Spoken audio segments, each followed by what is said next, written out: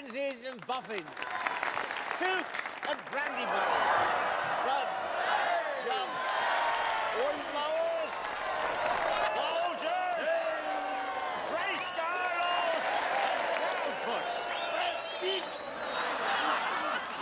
Today is my 111th birthday. The last 71 years is far too short a time to live among such excellent and admirable hobbits. I don't know half of you half as well as I should like, and I like less than half of you half as well as you deserve.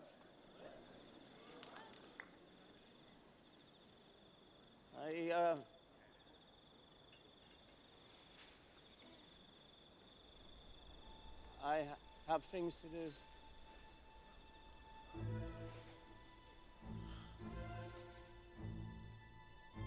I've put this off for far too long.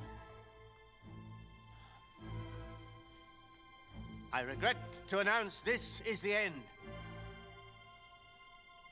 I'm going now. I bid you all a very fond farewell.